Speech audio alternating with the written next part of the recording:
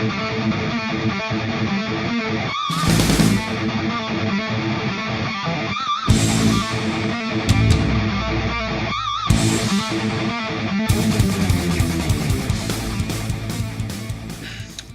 guys, what is up? Supernova here today to do Tokyo Ghoul A Chapter 10 review. And before I start this off, if you haven't watched the episode, find the episode.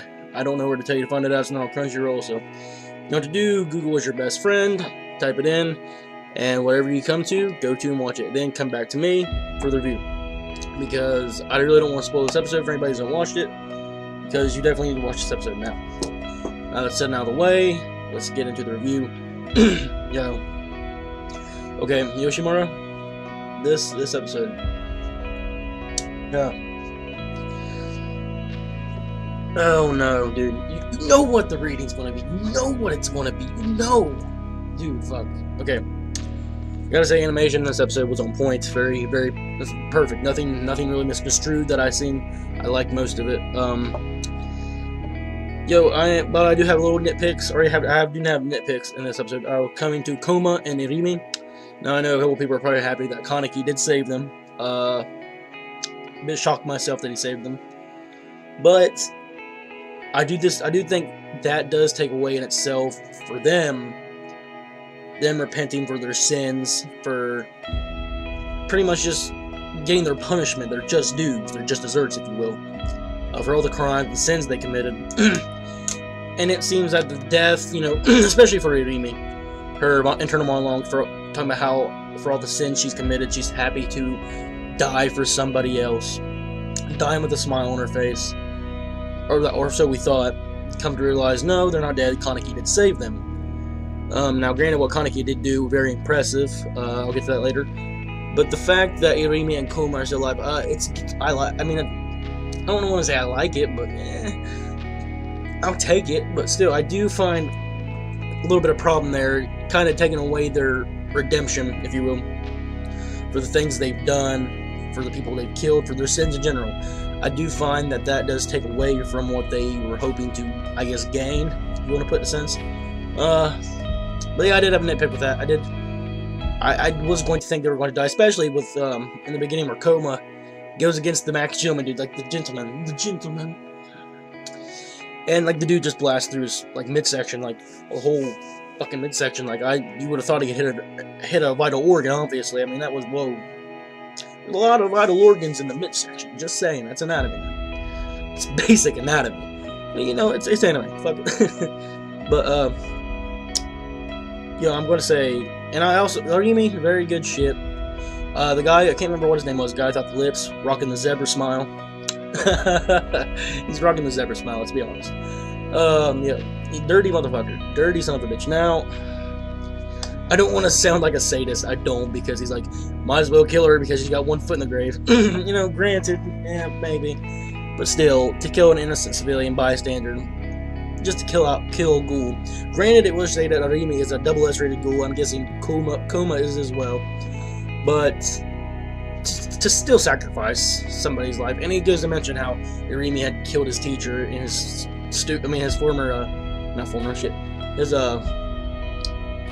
friends, like his students that was with him. That doesn't make up for wanting to kill a civilian as well with the Ghoul. Still fucked up, you know. You can't really justify that, even though your people you loved were killed. You can't. She's somebody to someone else as well. She's a mother, grandmother, aunt, something to somebody else. So you really, I can understand where you're coming from a sense, but still, kind of fucked up what he's trying to do. But Rimi did protect the old woman, paid the price, got the attack from the back, where I didn't think she was dead, but she was doing a last-ditch effort against these guys. So, props to Rimi and Koma. Much more to Rimi than Koma in this episode. But yeah, I still have a problem with Kaneki saving them. I do have a problem with that because, you know, it kind of negates them paying for their sins in a way. Now, I'm done nitpicking at that. Kaneki himself. When he came in, I'm guessing he did kill the Max Gentleman guy. I can't remember what his name was. I don't remember. I'm just going to call him Max Gentleman. When it comes to him beating him, I'm guessing he killed him. He did, or at least took him out. We didn't really get to see that much of him taking him out, but we did get to see him taking on the people that Irimi was facing off against. Very impressive. Kaneki easily taking out these guys, no problem. So that was really good. That was good shit. Animation was very good on that. And we hear Irimi pretty much commentates on how she sees Kaneki, how she understands that him getting this strong was the only way for him. It was the only answer he could find.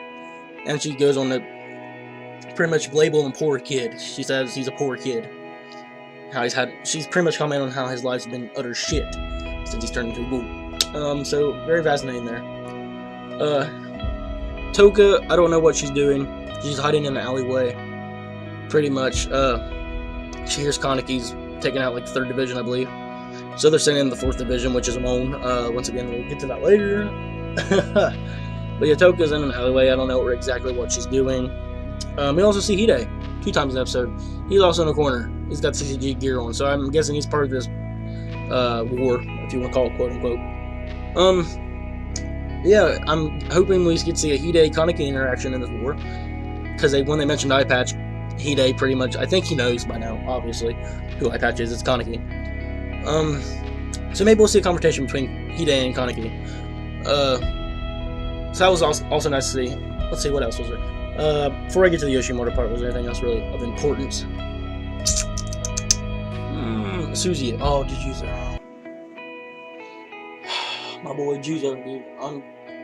I'm pretty much convinced this boy Juzo is my favorite character of the whole Tokyo Ghoul series overall. Manga, anime, whatever. Juzo. Heartburn. Heartburn. Juzo. Yo. This is my dude. Like, for real. This is Juzo. Going in against the owl. Just crazy. Oh my goodness. Very intense. Very good animation on that part. It's awesome. And you know, Shinohara having the flashback of Mado, what the speech Mado gave him. Your enemies aren't really obliged to fight a certain pattern. They aren't obliged to do any of that, which is also true, obviously. You can't really tell what your enemies want to do. I mean, yeah, you might know their thoughts, their everything. They can still do something you wouldn't know they would do. They're not obliged in battle in a life or death situation to do that, obviously. So yeah, Shinohara pretty much understands this, and I guess Mado and him were partners at one point. But he goes in there and joins Juzo, and they start fighting the owl, along with the other guy, I think it was Iwa, or something like that, and some other guy. So it's pretty much 4-on-1, and we see the outcome of that. Very sad. Very sad.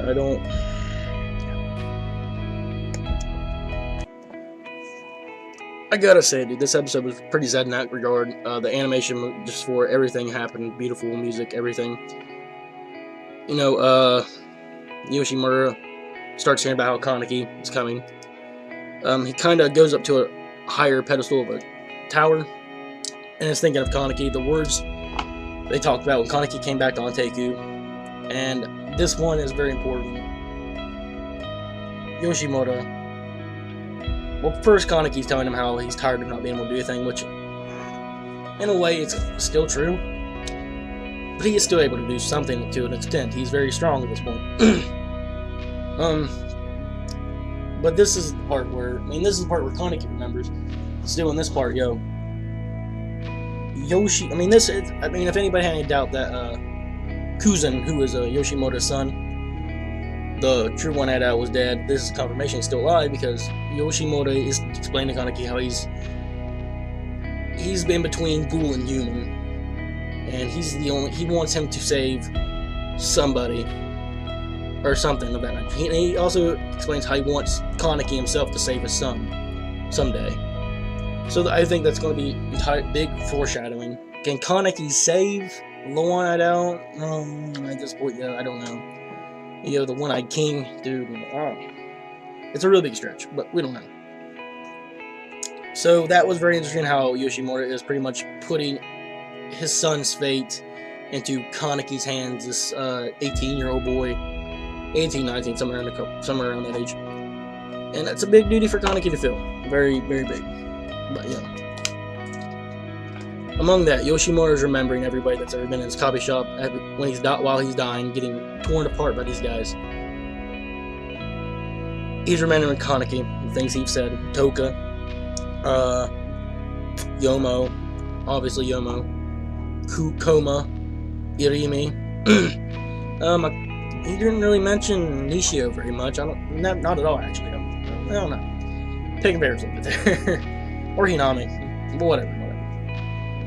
He's remembering all those guys, how he's first met them, how he's met Koma, Rimi, and all these guys. He's met all of them and changed their lives for the better. And it's very sad what Yoshimoto's going through. Very sad.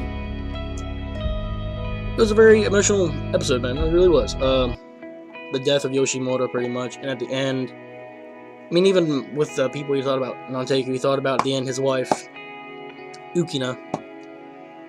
And while he's dying, he sees Ukina, like, in a golden, like, golden angelic way.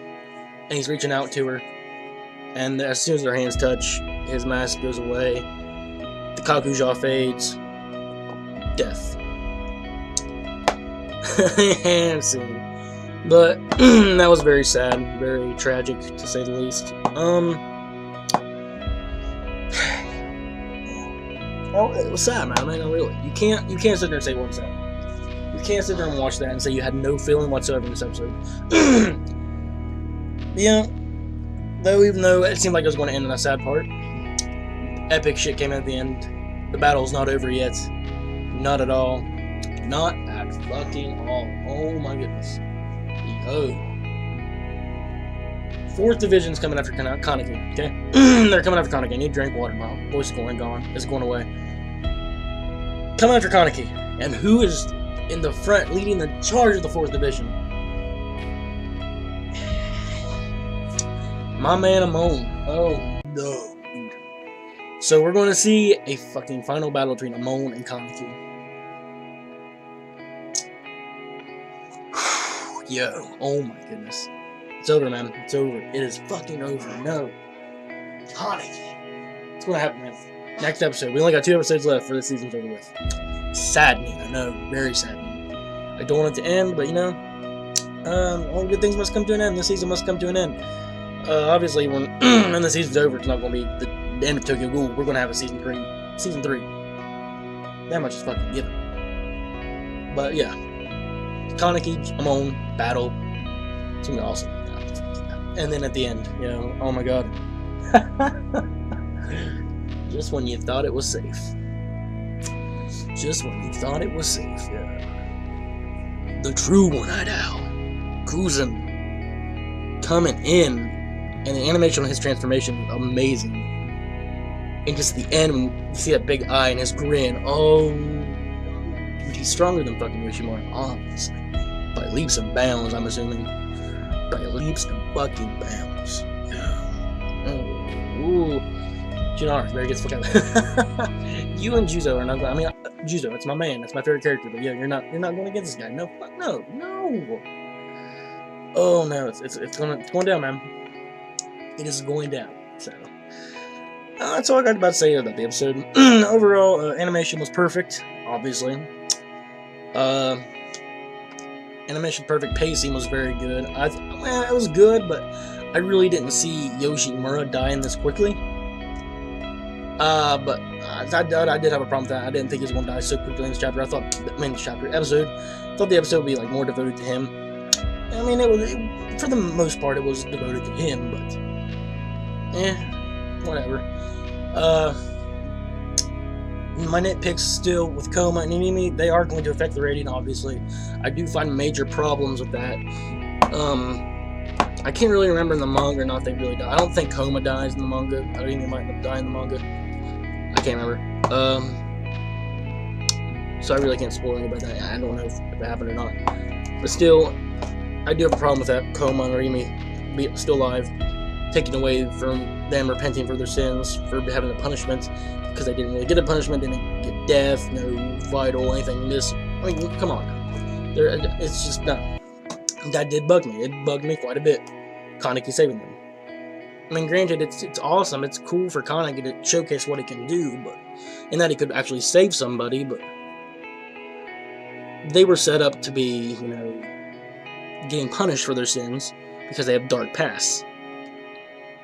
So I ain't going to nitpick about that. I really ain't going to nitpick about it. And I'm sorry if you guys don't like it, but that's just how I am. I'm going to nitpick about that. It does bring down the rating a little bit from what I usually had it. I was going to give the rating amazing. I really was. I wanted to give it amazing. But just the Orime and Coma shit by itself, it does take it down just not a whole lot, just a little bit. Just a little bit. So overall, episode rating, I will give it a great plus. I will give it a great plus. So see, it didn't take it down too much. It went from amazing to a great plus. Great plus to amazing. So I'll give it a rating of a great plus, and I'm done. Make sure to comment your thoughts down below. Rate the video. Rate it. Takes one click. 1 second. That's all you gotta do. And subscribe. Once again, 1 click. 1 second. It's easy amount of time. Don't take too long. Please do that. I'm very happy if you do. And as always, I will see you guys in the next video. Have a nice day.